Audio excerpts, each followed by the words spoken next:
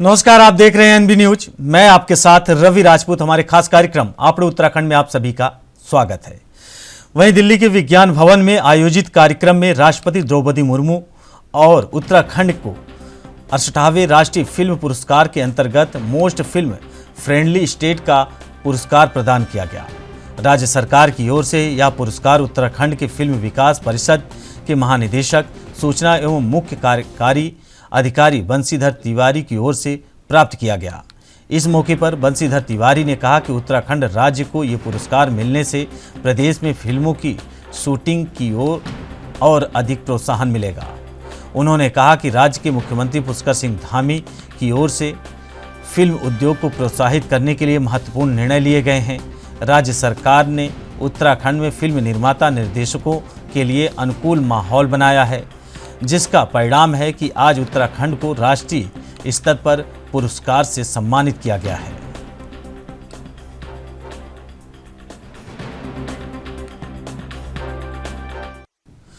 वहीं मुख्यमंत्री पुष्कर सिंह धामी ने पेशावर कांड के महानायक वीर चंद्र सिंह गढ़वाली की पुण्यतिथि पर मुख्यमंत्री कैंप कार्यालय में उनके चित्र पर श्रद्धासुमन अर्पित कर श्रद्धांजलि दी।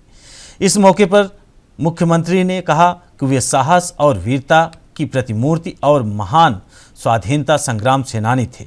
वे वीर चंद्र सिंह गढ़वाली जी की शौर्य गाथा सदैव हमारी स्मृतियों में जीवंत रहेगा।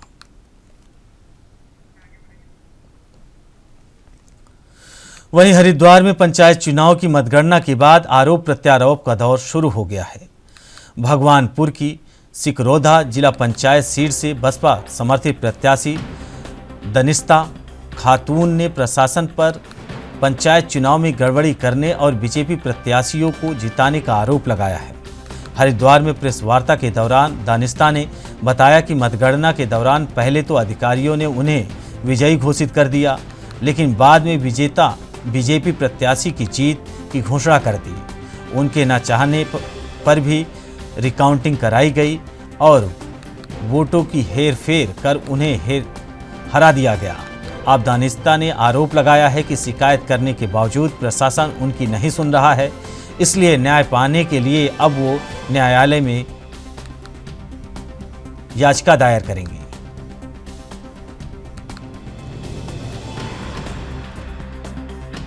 हमें 307 वोटों से विजयी घोषित कर दिया गया, लेकिन हमें एडीओ साहब ने बताया कि आप 307 वोटों से नहीं 142 वोटों से विजयी हो।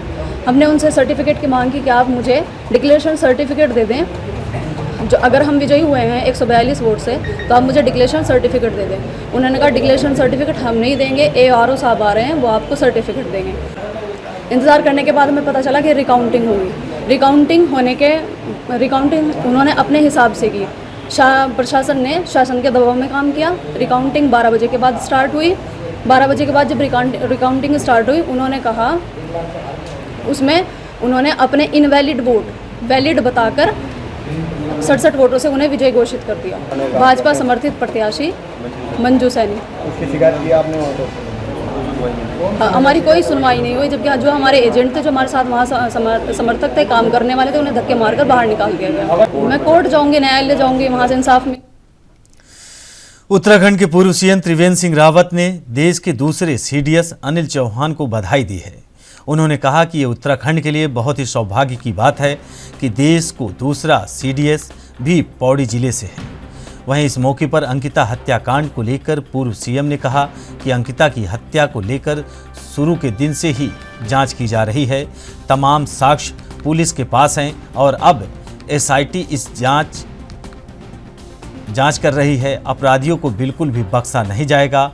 हमारे काबिल ऑफिसर्स इस पूरी जांच में जुटे हुए हैं। हर हाल में अंकिता के हत्यारों को सरकार माफ नहीं करेगी।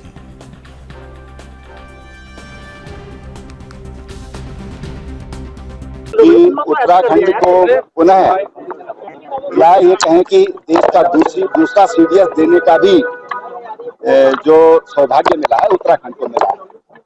और ये भी एक संयोग है, सौभाग्य है कि जनरल बिपिन रावत जो पहले CDS हुए वे भी गोरखा राइफल से थे, 11 गोरखा राइफल से थे। और जो हमारे चौहान साहब हैं वो भी 11 गोरखा राइफल से हैं। एक संयोग है, सौभाग्य है उस पलटन का भी और उत्तराखंड का भी कि दूसरा जो सीडीएस है वो भी उत्तराखंड को मिला है।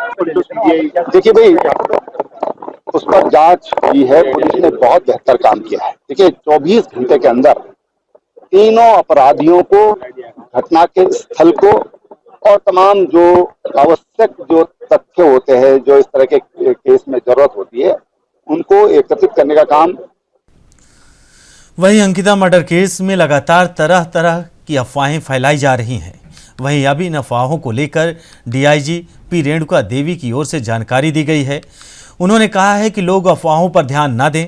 पुलिस ने 3 आरोपियों को रिमांड पर लिया है, जिससे पुलिस लगातार पूछताछ कर रही है। अंकिता मर्डर केस का 3 अभियुक्त को 3 दिन रिमांड पर पुलिस ने कल ले लिया है और उनसे अभी इंटरोगेशन चल रहा है।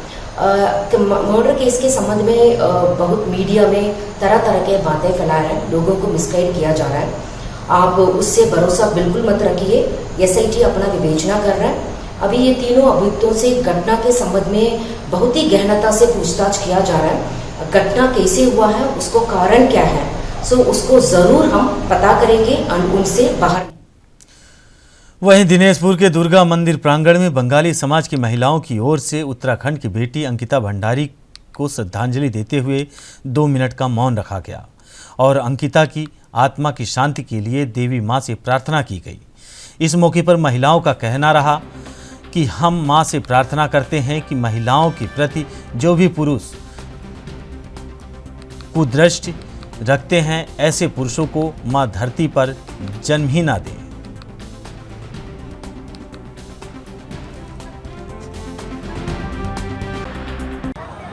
आज अंकिता भंडारी को श्रद्धांजलि के माध्यम से हमने शोक जताया कि हमारे देश में ऐसे इस दुरुपयोग से जो बेटी को मारा गया है, इसी तरह ना मारा जाए, क्योंकि इस नवरात्रि के पावन बेला पर हम माँ के पूजा करते हैं और एक तरफ माँ के हत्या होता है।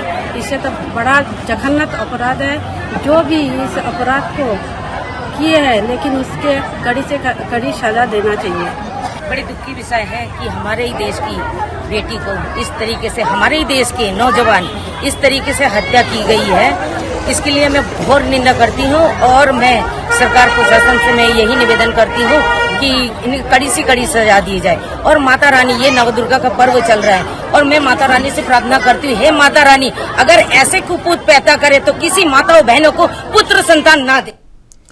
वहीं केंद्रीय रक्षा और राज्य पर्यटन मंत्री अजय भट्ट ने हल्द्वानी में जल जीवन मिशन की बैठक ली। इस मौके पर उन्होंने अधिकारियों से सभी पेयजल योजनाओं को जल्द से जल्द पूरा करने और बचे हुए काम में तेजी लाने के निर्देश दिए। इसके साथ ही भट्ट ने कहा कि अधिकारियों और कर्मचारियों की कमी को जल्द पूरा किया जाएगा, लेकिन सबसे बड़ा मिशन हर व्यक्ति तक पेयजल पहुंचाना है। नैनीताल जिले में जल जीवन मिशन के तहत 929 करोड़ की 510 पेयजल योजनाएं चल रही हैं। अभी तक के रिकॉर्ड के मुताबिक नैनीताल जिले की 1289 स्कूल और 979 आंगनवाड़ी केंद्र में पेयजल किल्लत हो रही है।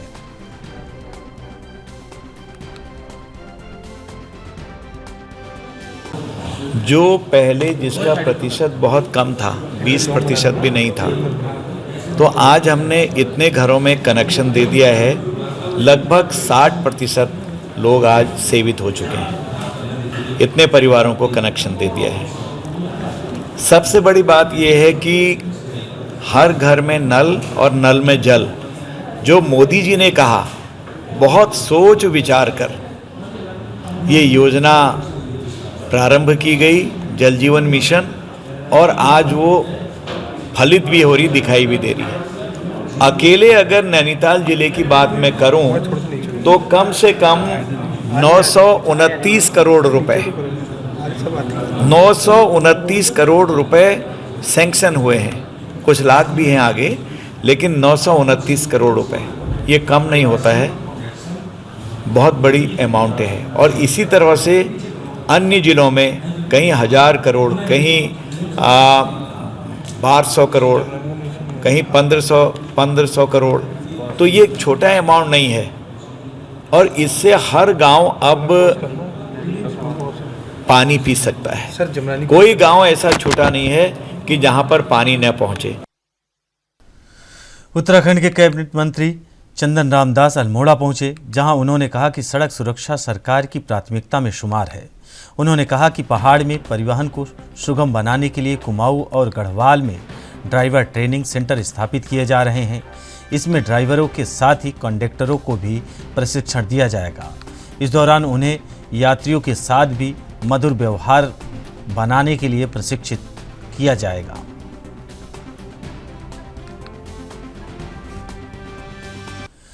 वहीं विकासनगर के साहिया क्षेत्र में हाल ही में आए आपदा से प्रभावित हुए परिवारों से मुलाकात कर और क्षेत्र का निरीक्षण कर लौटे पूर्व जिला पंचायत अध्यक्ष और बीजेपी नेता रामशरण नौटियाल ने विकासनगर में पत्रकार वार्ता की।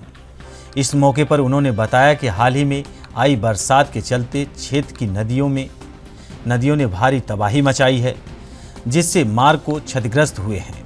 साथ ही ग्रामीणों की सैकड़ों बीघा भूमि और फसल भी बर्बाद हो गई है। उन्होंने कहा कि वह क्षेत्रीय समस्या को लेकर जल्द ही मुख्यमंत्री पुष्कर सिंह धामी से मुलाकात करेंगे और प्रभावित परिवारों को राहत दिलवाएंगे।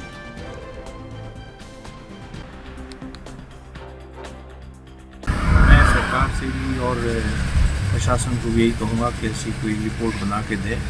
कि सरकार से भी मैं आग्रह करूँगा, माननीय मुख्यमंत्री से भी आग्रह करूँगा। हमारी सरकार काम कर रही है, पर इन दोनों नदी के दोनों नदी के क्षेत्रों को, जो तबाही वाला क्षेत्र है, इसको आपदाग्रस्त घोषित कर दें। इसके अलावा संपूर्ण जौनसार बावर में कुछ गांव और हैं, वेरी फ्यू, उनको भी इसमें गांव के हिसाब से इनकॉर्पोरेट कर दें और एक अलग से इसका प्रोजेक्ट बना के जो जिसका मुआवजा बैठता है, जो कुछ हो सकता है वो करें। तो इसको लेके अब सीएम साहब से मुलाकात करेंगे क्या? मैं अभी तो आया हूँ मैं, तो अब जाके बात करेंगे पहले चेक।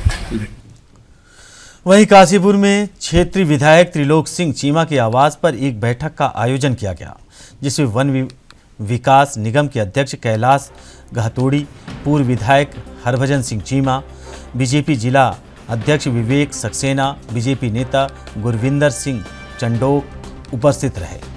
इस मौके पर जिला अध्यक्ष विकास सक्सेना ने बताया कि आगामी 3 अक्टूबर को सुबह 11 बजे प्रदेश के मुख्यमंत्री पुष्कर सिंह धामी हेलीकॉप्टर से देहरादून से चलकर काशीपुर पहुंचेंगे, जहां वे पूरे उधम सिंह नगर में चल रही 9 योजनाओं का भूमि पूजन कर शिलान्यास करेंगे।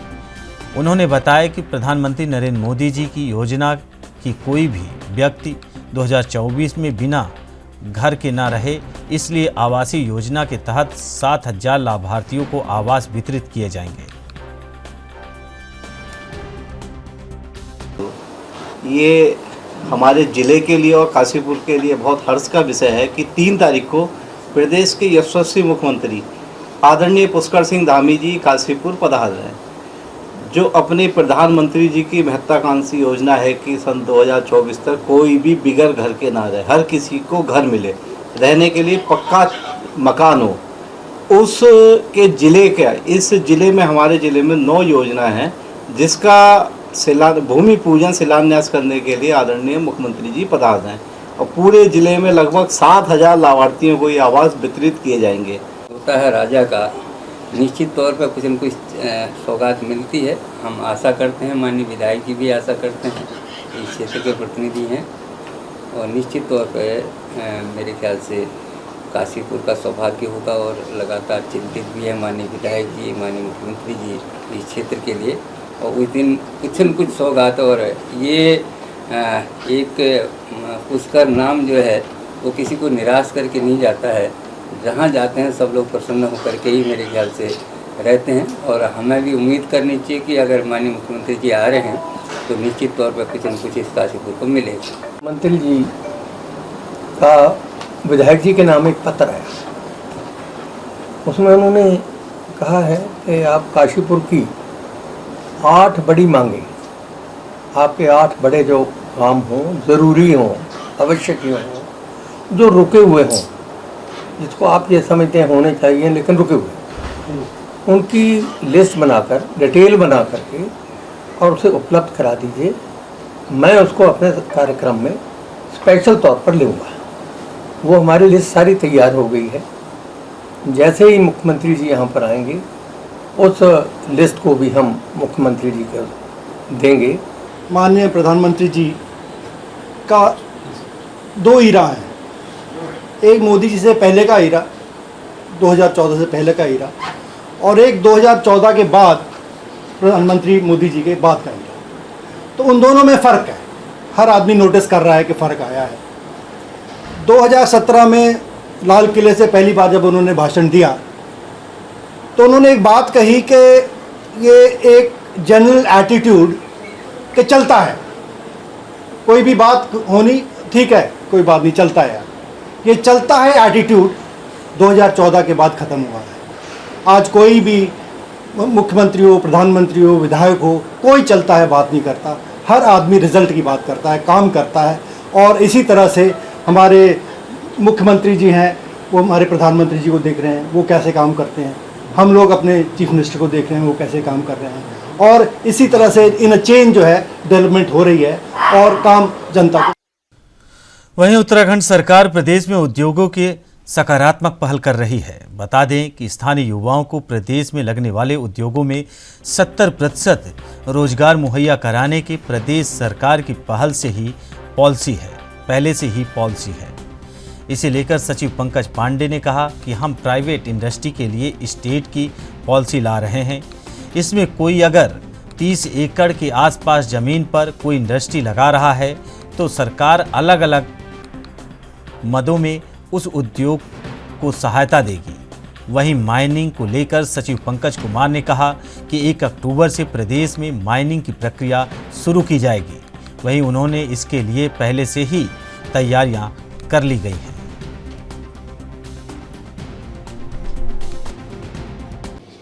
देखिए, प्राइवेट इंडस्ट्रियल स्टेट की पॉलिसी हम लोग ला रहे हैं, उसका ड्राफ्ट रेडी कर लिया हमने।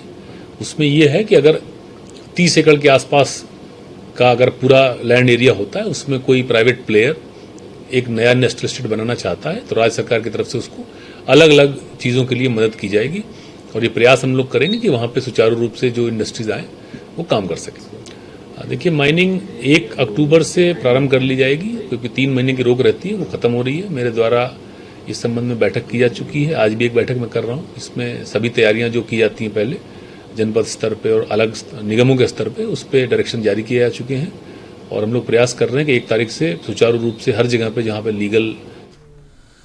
वहीं एनएसयूआई के प्रदेश महासचिव गोपाल भट्ट ने शोभन सिंह जीना विश्वविद्यालय अल्मोड़ा में नियुक्तियों पर धांधली का आरोप लगाया है।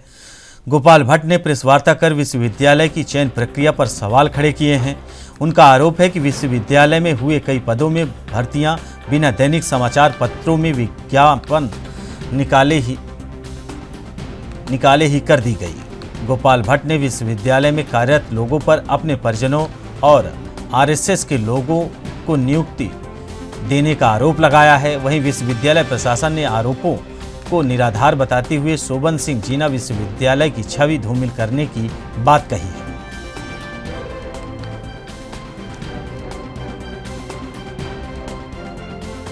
सबसे पहले तो हम डिमांड करते हैं, जब से विश्वविद्यालय बना, जो यहाँ पर लगातार जो नियुक्तियाँ हो रही है वो चाहे किसी में भी, हम सबसे पहले तो चयन प्रक्रिया पे सवाल उठाते हैं। चयन प्रक्रिया में इनके द्वारा किसी भी राष्ट्रीय समाचार पत्र और किसी पोर्टल को नहीं दिया गया, तो उसमें अधिक से अधिक लोग प्रतिभाग नहीं कर पाए जो पात्र लोग थे हमारे शहर में या अन्य जगहों के। तो सबसे बड़ा हमारा चैलेंज ही वही है। और उसके बाद हमने इनसे सूचना ली और सूचना में इन्होंने कई तथ्य हमसे छुपाए, तो उन तथ्यों को लेकर हमने प्रथम अपीली अधिकारी को फिर सूचना लगाई है।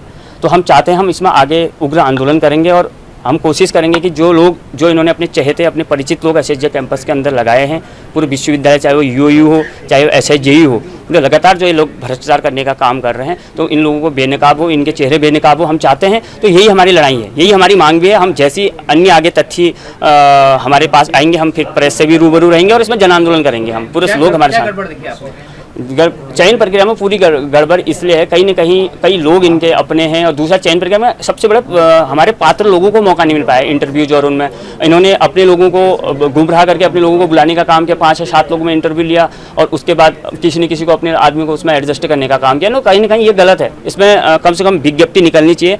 विश्वविद्यालय प्रशासन और राज्य सरकार की कोई तो नियमावली होगी जिसके तहत ये नियुक्तियां कर रहे हैं। जो आरोप हमारे पर लगाए जा रहे हैं वो सीधा उससे ये लगता है कि विश्वविद्यालय की छवि को धूमिल करने का प्रयास किया जा रहा है। हमारे द्वारा जो नियुक्तियां विश्वविद्यालय स्तर पर या परिषद स्तर पर की गई हैं वो नितांत अस्थायी हैं और जितनी भी अतिथि व्याख्याताओं की जो हमारे द्वारा भर्ती की गई है वो पूरे नियमानुसार की गई है। यूजीसी के नियमों का उसमें पूरा अनुपालन किया गया है। सरकार के जो नियम है उनका हमने पूरा उसमें अनुपालन किया है और इस क्रम में मतलब समिति जो हमारी गठित हुई है उसका ये कहना है कि हम इसमें विधिक राय लेने के पश्चात इसमें आवश्यक और समुचित कार्रवाई करेंगे। अखबार में विज्ञप्ति नहीं निकालने की बात कर रहा है अतिथि व्याख्याताओं और जो हमारे यहाँ स्थायी जो पदों की हैं उनके हमने अखबार में विज्ञप्तियाँ निकाली हैं। वो हमारे कार्यालय में सुरक्षित हैं और चूंकि जो हमने कार्मिकों की भर्ती की वो नितांत अस्थायी थी तो उसको हमने अपने विश्वविद्यालय की वेबसाइट में निकाला क्योंकि विश्वविद्यालय की वेबसाइट भी अपने आप में पब्लिक। वहीं दिनेशपुर नगर क्षेत्र में नगर पंचायत के कर्मचारी, तहसील कर्मी और पुलिस कर्मियों की ओर से अतिक्रमण करने वाले व्यापारियों को 7 दिन का समय देकर नोटिस जारी किया गया है। इस दौरान प्रशासन के संयुक्त टीम और व्यापार मंडल के लोगों के बीच नोकझोंक भी हुई। नगर पंचायत के अधिकारी निर्मल पांडे ने कहा कि किसी भी सूरत में नगर क्षेत्र में बनी नालियों पर अतिक्रमण बर्दाश्त नहीं किया जाएगा। हर हाल में अतिक्रमण को मुक्त किया जाएगा। उन्होंने कहा कि 7 दिन का समय अतिक्रमणकारियों को दिया गया है और अगर अतिक्रमणकारी तब भी नहीं हटते तो उनके ऊपर कानूनी कार्रवाई की जाएगी। अतिक्रमण को हटाने के लिए बल का प्रयोग भी किया जाएगा।